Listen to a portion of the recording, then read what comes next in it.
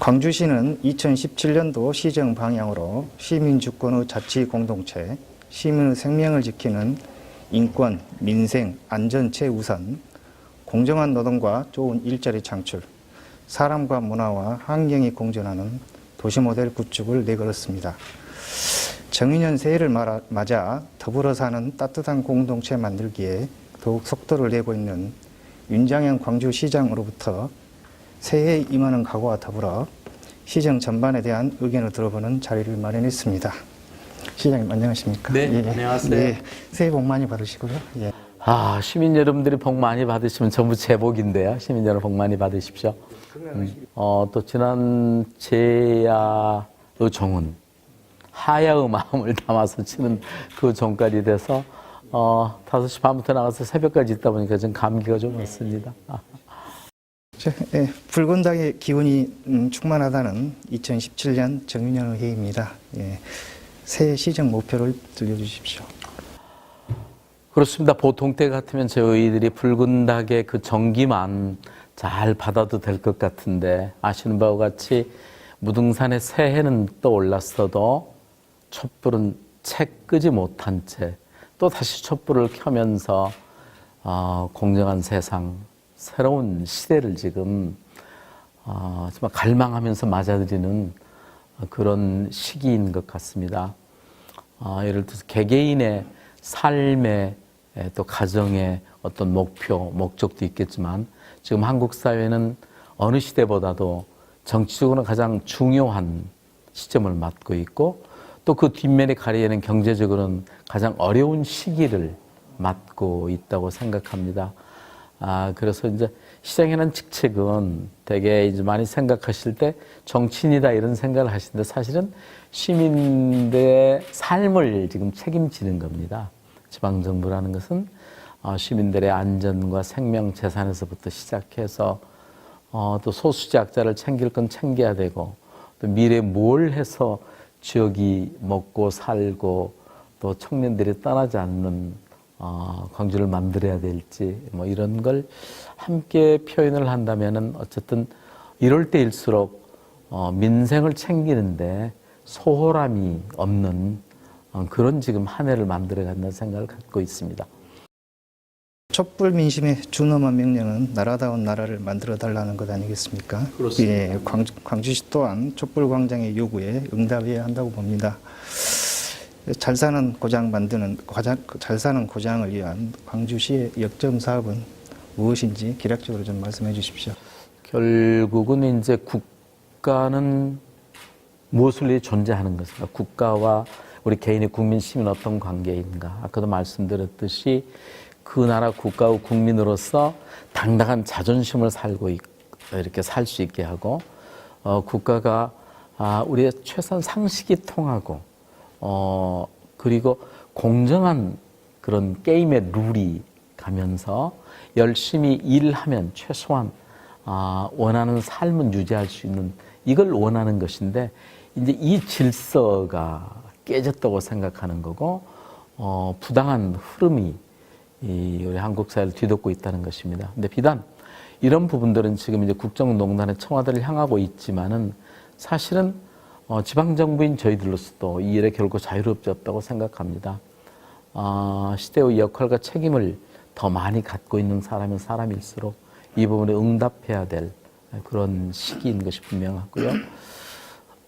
그럼에도 불구하고 이런 상황하고 또 상관없이 지금 우리 시대를 관통하고 있는 것은 지금 경제적인 위기입니다. 그래서 경제적인 위기의 본질이 외적인 요인과 내적인 요인이 있을 수 있겠습니다. 외적인 요인으로는 세계적인 경기 침체, 그리고 중국과 한국과 미묘한 최근의 관계, 또 영국의 블랙시티의 영향, 또 미국의 도널드 트럼프의 당선을 한 보호무역주의, 자국주의 이런 것들이 굉장히 팽배해진 상태 속에서 국내 경제는 우리 국내 경제의 축을 유지해왔던 여러 경제 영역들, 예를 들면 뭐 해양, 항만, 조선, 철강, 중화학, 뭐 이런 많은 석유화학 이런 여러 분야에서 이미 제조업의 경쟁력이 위기를 맞고 있어서 중국을 비롯한 그 추격 세력들에게 저희들이 당하고 있죠. 그리고 우리를 지켜왔던 가령 삼성전자나 현대기아차만 하더라도 최근에 갤럭시 7 사태 같은 것들, 또 만약에 이렇게 삼성과 더불어서 현대기아차도 일부 리콜을 당하고 있는데 이렇게 해서 계속 갭이 좁혀진 상태에서 우리는 뭘 먹고 살 것이냐 이런 거고요. 여기에서 또 하나 파도가 지금 밀려오고 있는 것이 4차 산업혁명이라는 새로운 패러다임을 지금 준비하지 않으면 기존의 기업 질서는 안 되겠다 이 점이죠. 그래서 어떤 면에서 우리가 그동안 많은 산업화 과정에서 뒤져 있었고 또 광주를 지켜왔었던 기아차 광주 공장, 삼성가전, LG이노텍, 엠코코리아를 비롯한 가전과 전자, 또 아울러서 광산업이 좀 어려움은 있지만 그 뿌리의 토대, 그리고 여러 가지 뿌리 산업들을 통해서 가고 있는데 여기에 최근 새로운 그 전략적인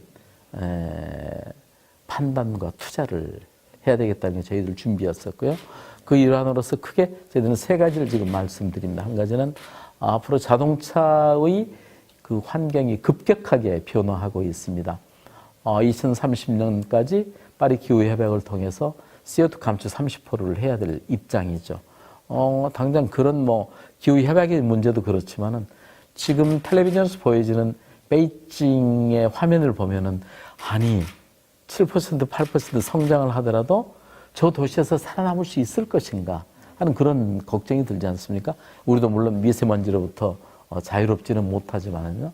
그런 관점에서 보면 이미 중국은 친환경 전기 자동차 500만 대 생산 지시를 해놓고 중국이 큰 시장이 전기 자동차 쪽으로 움직이기 시작하니까 세계적으로 급격하게 전기 자동차 쪽으로 올라가고 있습니다. 작년에 비스포 이쪽에 그 한정과 함께하는 포럼에서 우리 스탠포드 대학의 토니 세이버 교수가 에너지혁명 2030을 통해서 2030년이면 이제 거의 전기차 시대로 들어설 것이다. 실질적으로 독일, 스웨덴, 덴마크 이런 나라들이 2027년에서 2030년이면 이제 화석연료, 그러니까 휘발유나 경유차들은 더 이상 등록까지도 받지 않겠다는 상황이기 때문에 다행히 시민 여러분들께서 많이 정말 100만 명 이상의 서명을 받아서 함께해 주시고 또 지역의 정치인들 또 민주당, 더불어민주당의 애결이 이런 데 도움을 받아서 3,030억 원의 친환경 자동차 부품 클러스터 사업이 국가 사업으로 확정이 됐고요. 그래서 저희들이 이제 산단을 만들고 있는 빅그린 산단에 이 사업이 본격적으로 시작될 계획을 한 가지 갖고 있습니다. 두 번째로는 한국전력이 지금 아주 빛가람 혁신, 공동 혁신 도시에 와 있는데 앞으로 에너지 신산업이 매우 유망한 우리 국가를 먹여 살릴 수 있는 그런 산업이라고 생각해서 그동안 전기통신연구원 분원, LS 산전, 또 효성전기, 거의 50여 개 가까운 기업체들이 유치가 돼 있는데 그것을 지금 국가 산단을 처음으로 15만 평을 이제 기공을 지난해 12월 12일에 했었고요. 또 12월 23일에는 지방 산단 36만 평을 준비가 돼서 앞으로 50만 평이 넘는 그쪽 산단에 광주 새로운 성장 동력인 에너지 신산업이 갈 것입니다. 그리고 세 번째로는 아시아문화 전당 개관과 함께 기존에 저희들이 해왔던 대인 야시장 그리고 금남로와 5.18 민주광장에서 엮어지는 프린지 페스티벌, 또 양림동 근대 역사 문화마을, 그리고 남광주 밤기차 야시장도 열렸죠. 이런 걸 해서 광주가 주말이면 찾아오면 뭔가 재미도 맛볼 수 있고 먹거리도 좋은 볼거리 먹거리가 있는 그런 도시로 만드는 일과 더불어서 1,030억 원의 첨단 실감 콘텐츠 사업이 확정돼서 송암공단이 이제 본격적으로 가게 됩니다. 그래서 광주는 이제 전기 자동차, 에너지 신산업, 문화산업 대비를 통해서 새로운 산업 지도, 지형을 지금 만들어가고 있습니다. 국내적으로 상당히 경기가 어렵습니다만 흔들림 없이 소기의 성과를 좀 거두기를 시민들은 바라고 있지 않냐 싶습니다. 예. 최근에 참으로 반가운 소식을 들었습니다. 대우 위니아 본사가 광주로 온다는 것입니다. 어떤 내용인지 좀 소개해 주십시오. 근데 대유 위니아는 대유 에이텍이라는 그 자매 회사가 광주에 있습니다. 그래서 기아 자동차의 시트부터 시작해서 자동차 부품을 납품하는 회사인데 아마 dim체 냉장고를 모르시는 분 안 계실 것 같아요. dim체 냉장고 그리고 위니아 에어컨. 이게 지금 충남 아산 쪽에 있는데 그쪽에 박 이장께서 아마 노조에 이걸 광주로 우리 얼마 가자 이렇게 아마 말씀을 전하신 것 같습니다. 그래서 저희들은 그 뜻들을 받아서 광주에 새로운 이런 산업 지형을 만들 수 있는 준비들을 조례 제정까지를 통해서 준비를 하고 있고 또 제가 그제 제가 친서를 보내서 편지를 받았었는데요. 엠코 코리아 김 회장님께서 미국의 애리조나에 계시는데 이쪽이 조금 앞으로 기회 있는 대로 확장할 계획을 더 투자를 하시겠다는 그런 또 계획도 가져주셨고요. 작년에 사실은 동부대우전자가 굉장히 어려움이 있었었는데 어떻게 저에게 이렇게 요청을 해와서 정말 산업은행의 도움으로서 잘 지켜져서 동부대우전자도 이제 지난번에 삼성일 같이 프리미엄급을 더욱더 생산하는 그래서 라인을 그런 쪽으로 확장해가는 걸로 반가운 소식이라고 생각합니다. 물론 삼성전자 일부 라인이 베트남으로 빠져나간 다음에 지역에서 좀 특단의 대책을 갖고 해왔었는데 지역의 그 납품했던 협력 업체들끼리 모아서 광주형 가전 브랜드를 17가지 제품을 만들었어요. 그래서 광주에 있는 유수한 공동주택 아파트를 짓고 계시는 건설하시는 회사에서 우리가 광주 제품을 사주자. 그래서 그저만 하더라도 이제 컨셉트 이 들어가는 것을 20억을 중흥건설에서 이렇게 하기로 했다 할지 다른 여러 회사들도 그래서 어려울 때 서로 상부상조하는 해서 그런 위기를 극복해가는 좋은 예가 돼서 새로운 공동체 모습이라고 생각합니다. 광주 경제에 상당한 활력이 되지 않을까 싶습니다. 네, 그렇게 해야죠. 그렇지 않고서는 우리 젊은이들이 광주를 떠날 수밖에 없고 사실은 도시의 몰락이라 할까 쇠락이라는 것이 별로 복잡한 논리가 아니더라고요. 예전에 비하면. 예전에는 무슨 산업화, 철강 산업에서 석탄 산업에서 IT로 바꿔진다 늦으면 그런데 지금은 속도가 워낙 빠르니까요. 우리 젊은이들이 일자리가 없어서 광주를 떠나면 도시는 곧 인구 절벽에 빠지고 인구 절벽은 소비 절벽에 빠져서 악순환에 빠지는 그런 상황이기 때문에 정말 절박한 생각으로 준비를 하지 않으면 이 위기를 극복해내기가 쉽지 않습니다. 광주 시민들이 갖고 있는 현안 중에 한 가지가 있습니다. 상당한 진통이 있었습니다만 그동안 어렵게 좀 물꼬를 텄던 어등산 관광단지 사업이 그것입니다. 예.